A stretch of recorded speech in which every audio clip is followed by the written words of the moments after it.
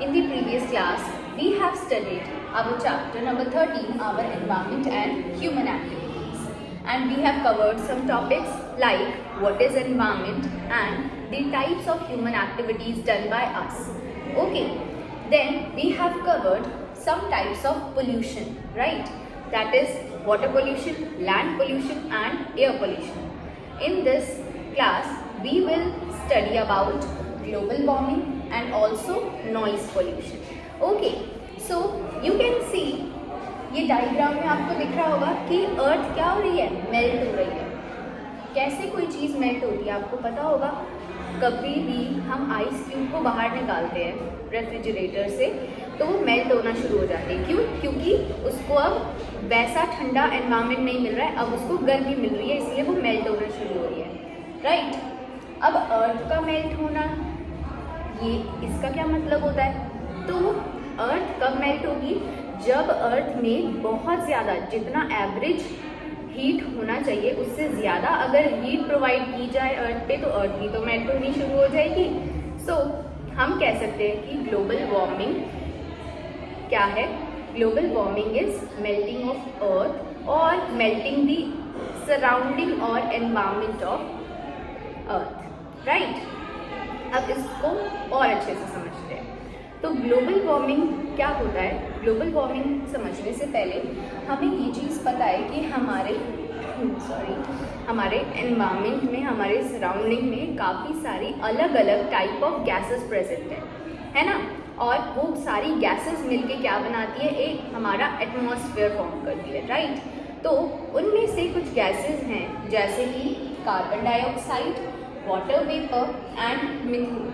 ये तीन गैसेस क्या काम करती हैं अर्थ में? जो सनलाइट आती है, सनलाइट या फिर सन एनर्जी, जो सन की वार्मथ होती है उसको ट्रैप करने का काम करती है. ठीक है. जो भी गर्माहट आती है सन से उसको ट्रैप करती है अर्थ में, ताकि अर्थ जो है वो गर्म रह सके, वार्म रह सके. ठीक है. अब वो क्या करते हैं ये तीनों गैसेस? अर्थ की ये सन की वार्मथ को ट्रैप करके रखेंगे ताकि वो स्पेस में ना जाए, अपने ही अर्थ में रहे. ठीक है. अब क्या होता है कि थोड़े अमाउंट में अगर ये लोग कर रहे हैं, हमारी अर्थ को थोड़ी सी गर्मी प्रोवाइड कर रहे हैं तो that is okay, that is fine. But अगर इन्हीं गैसेस का अमाउंट बहुत ज़्यादा इंक्रीज हो जाए, यानी कि कार्बन डाइऑक्साइड ज़्यादा हो जाए, वाटर वेपर और मीथेन ज़्यादा हो जाए, तो गर्मी वो बहुत ज़्यादा लेवल पे अपने अंदर ट्रैप करने लगेंगे ना. अब ज़्यादा गर्मी ट्रैप होगी तो जाहिर सी बात है जितने भी हमारी अर्थ पे ग्लेशियर्स हैं, ठीक है, ग्लेशियर्स आपको पता होगा, ग्लेशियर इज जो हमारे आइस के पहाड़ होते हैं वो सब. ठीक है. आइस की जो जम जाते हैं पहाड़ वगैरह, वो उनको ग्लेशियर्स बोलते हैं. अब जब बहुत ज़्यादा हीट होगी तो वो ग्लेशियर्स क्या होने लगेंगे? पिघलने लगेंगे. ग्लेशियर्स पिघलेंगे तो पानी का लेवल बढ़ेगा और जो लो लैंड्स हैं, जो फ्लैट लैंड्स हैं, वो पानी के अंदर डूबते रहेंगे. अब डूबने की वजह से हमारे ऊपर ही तो इफेक्ट आ रहा है. अब ये इतना ज़्यादा अगर इफेक्ट होगा हमारी अर्थ तो जाहिर सी बात है कि हम क्या रह पाएंगे उसमें?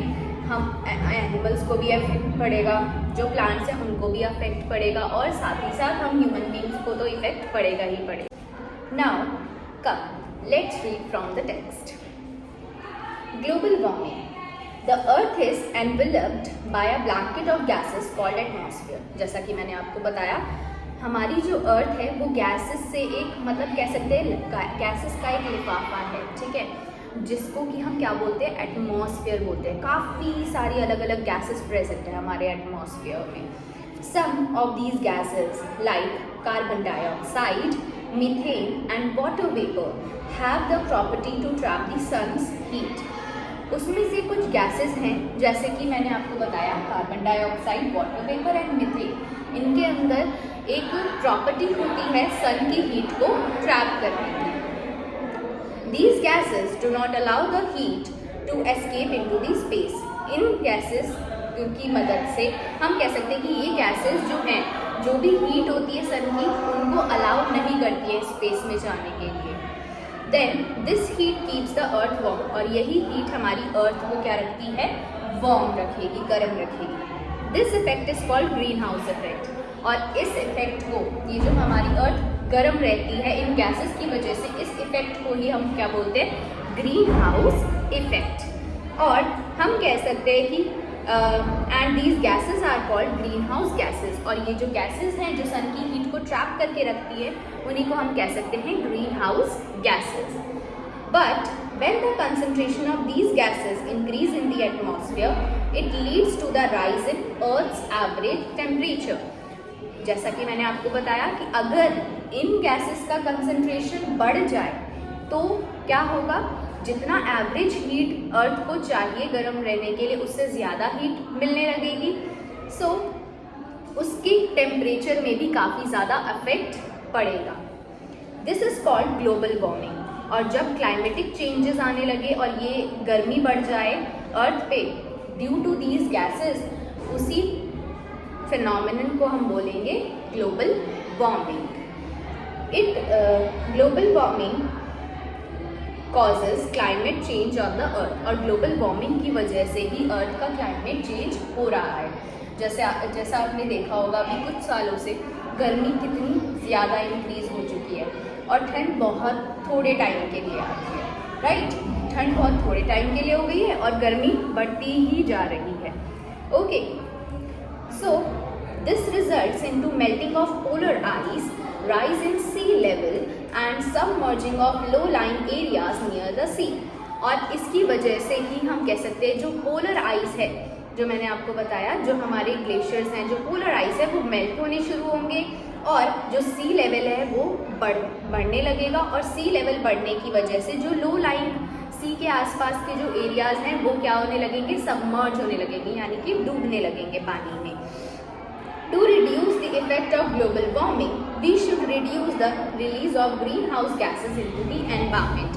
अब ग्लोबल वार्मिंग को कम करने के लिए हम क्या कर सकते हैं, ये जो ग्रीन हाउस गैसेज है इनका क्या बोल सकते हैं, हम इनकी मात्रा कम कर सकते हैं, है ना। इनकी मात्रा कैसे कम करेंगे, ज़्यादा से ज़्यादा पेड़ उगा के, है ना। जितने ज़्यादा हम ट्रीज ग्रो करेंगे वो कार्बन डाइऑक्साइड को यूज़ करेंगे। हमें पता है कि जो हमारे ट्रीज हैं वो कार्बन डाइऑक्साइड को ही यूज़ करके अपना खाना बनाते हैं। तो जितने हम ट्रीज ग्रो करेंगे उतनी ही ये गैसेस कम होती जाएंगी।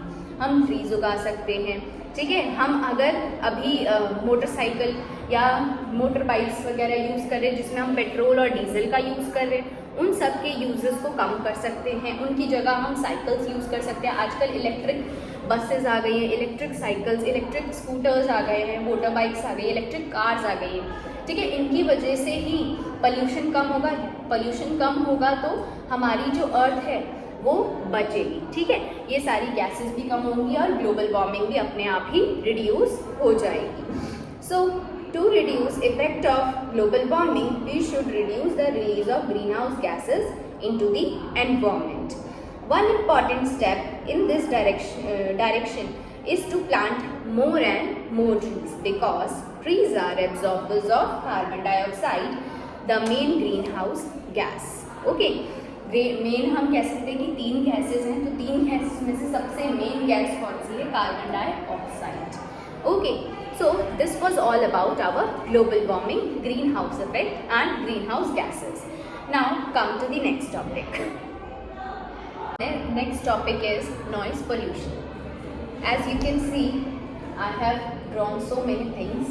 Noise pollution के काफ़ी सारे causes होते हैं। अब noise pollution होता कैसे है, तो जब भी नॉर्मल साउंड हमारे एनवायरनमेंट में हो तो दैट इज़ ओके।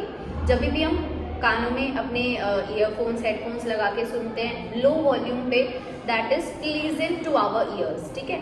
हम कह सकते हैं कि वो साउंड हमें बहुत ज़्यादा अच्छी लगती है। जब हम प्यारे प्यारे गाने सुनते हैं तो हमें बहुत प्लीजिंग भी लगता है। हम किसी की आवाज़ सुनते हैं लो वॉल्यूम पे तो हमें वो भी बहुत ज़्यादा प्लेजेंट लगता है। बट वही अगर लो वॉल्यूम बहुत तेज़ होने लग जाए, है ना, जो आप गाने सुन रहे हो बहुत लाउड स्पीकर पे और बहुत गंदी आवाज़ में निकलने लगे तो आपको बहुत ज़्यादा इरिटेटिंग लगेगा, ठीक है। आपके ईयर्स में भी वो अच्छा नहीं लगेगा। हम कह सकते हैं प्लेजेंट नहीं होगी फिर वो नॉइज़। जैसे कि जब भी लाउड स्पीकर पे लोग बोलते हैं या चिल्लाते हैं तो हम कहते हैं कि बंद करो यार। या फिर हमारे एग्ज़ाम टाइम्स होते हैं तो एग्ज़ाम टाइम्स में क्या होता है कि लोग ढोलक लेके और वो लेके बजा रहे होते हैं तो हम बोलते हैं कि बंद करवाओ, हमें पढ़ना है, हम नहीं पढ़ पा रहे हैं, है ना। तो ये जो अनवांटेड साउंड है उसी को हम बोलते हैं noise pollution. Okay, let's read. Sound is essential for us but noise is not. Sound जो है वो हमारे लिए बहुत ज़रूरी है, बट नॉइज़ हमारे लिए ज़रूरी नहीं है। Noise is the unwanted sound that causes discomfort to the ears. हम कह सकते हैं कि नॉइज़ जो है वो एक अनवांटेड साउंड है जो कि हमारे ईयर्स में काफ़ी ज़्यादा डिस्कम्फर्ट हमें पहुंचाती है। The pressure of noise in atmosphere is called sound और नॉइज पोल्यूशन। अब जो नॉइज़ का प्रेशर होता है एटमॉस्फेयर में उसी को हम साउंड या फिर नॉइज़ पोल्यूशन बोलते हैं। The noise pollution is mainly caused by, अब कैसे कैसे कॉज होगी हम वो देखते हैं। तो नॉइज़ पोल्यूशन कॉज होते हैं लाउड स्पीकर से, लाउड डेक चलाने से, या फिर हम कह सकते हैं जब पटाखे हम जलाते हैं, क्रैकर्स बर्न करते हैं दिवाली के टाइम पे, तब कितना ज़्यादा नॉइज़ पोल्यूशन होता है। ओके, या फिर ट्रेन की जो साउंड होती है, ट्रेन के हॉर्न की, या फिर व्हीकल्स की जो हॉर्न की पै पै पै पै साउंड होती है, वो भी कॉजेज़ है हमारे नॉइज़ पोल्यूशन के। एरोप्लेन जब फ्लाई करता है तो उसकी भी जो नॉइज़ है वो बहुत ज़्यादा हमारे लिए इरिटेटिंग होती है। So the noise pollution is mainly caused by industrial machinery. जो इंडस्ट्रियल मशीनरी चलती है उनसे काफ़ी ज़्यादा अमाउंट में नॉइज़ पोल्यूशन क्रिएट होता है। Vehicles, aeroplanes, loud speakers and loud music, ये सारे हैं हमारे causes of noise pollution. Then what are it effects? सबसे सिंपल इफेक्ट इसका ये है कि अगर ज़्यादा नॉइज़ पोल्यूशन होगा तो हमारे ईयर्स डैमेज भी हो सकते हैं। जो हमारे ईयर ड्रम है वो बहुत ज़्यादा डेलिकेट होते हैं तो वो हमारे डैमेज भी हो सकते हैं। आप क्या करते हो, ईयरफोन्स लगा के बैठे रहते हो पूरा टाइम, लाउड स्पीकर पे कर दोगे, मतलब कि साउंड फुल पे कर दोगे और सुनते रहोगे कान में लगा के, या हेडफोन्स बड़े बड़े लगा के आप सुनते रहते हो, तो उससे क्या होता है हमारे जो ईयर ड्रम है वो भी फट सकते हैं, ब्रेक हो सकते हैं।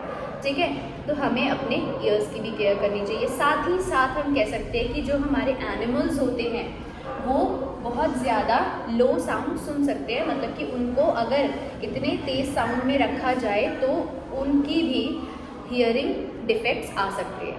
देखा होगा जब भी दिवाली या फिर जब भी पटाखे फूटते हैं तो जितने भी स्ट्रीट डॉग्स होते हैं या एनिमल्स होते हैं वो छुप जाते हैं क्योंकि उनको वो साउंड बिल्कुल भी बर्दाश्त नहीं होती है। ठीक है, so that is all about our noise pollution. So in this chapter we have studied so many things like our environment, types of pollution, land, water, air, noise, and also global warming, greenhouse effect and greenhouse gases. So that is all for this chapter. Thank you so much.